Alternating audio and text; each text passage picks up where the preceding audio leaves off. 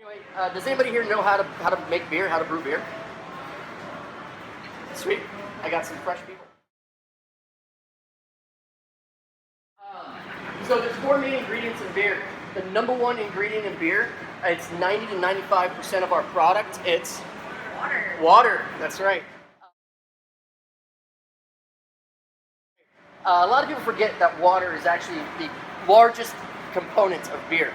And so if you start with bad water, you can't make good beer. If you start with water that's not suited for brewing, it doesn't matter what you do to it, you cannot make a good beer out of it. So you really got to understand your water chemistry.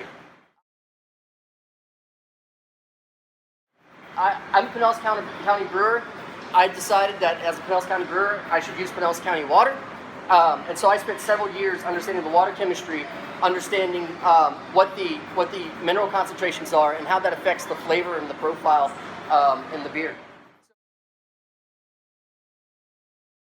So here at Paradise, we only take 2 things out of our water. We take chlorines and chloramines. If we left those in the water, you get this very burnt, plastic, Band-Aid flavor. They're called chlorophenols, and they're not very good.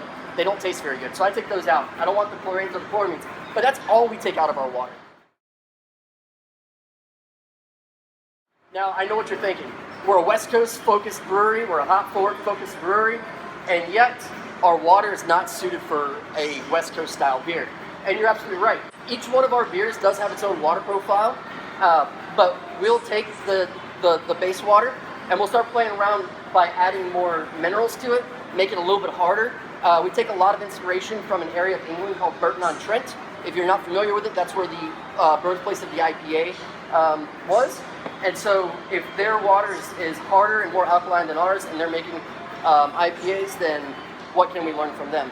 So I actually make my water more hard for a lot of our styles. I look at different ratios like chlorides and sulfates, but a lot of our West Coast style beers, we do acidify. We want to bring the alkalinity down and make it a little bit more acidic. So we'll acidify, we'll play around with the ratios of the different minerals to get the water profile to be where we want it to be, to accentuate the different aromas, the different flavors. You can even get different bitterness, whether it's a harsh bitterness or a clean bitterness, just by playing with your water profile. We have 2 tanks here. This is what we call the hot and cold liquor tank. And every single time I say that, people get really excited. It's like, oh, well, that's where you store the liquor. And I have to remind them, no, you got to go back to our 3rd ingredient, our yeast that produces the alcohol. In brewing world, they like to take lingo that means something to me and you, everyday terms, and make it mean something completely different. Liquor in brewing refers to the liquid or the water that eventually becomes part of the product. So these are nothing more than hot and cold water tanks. The cold water tank, we keep about 33 degrees, which is what we use when we cool the work down from boiling.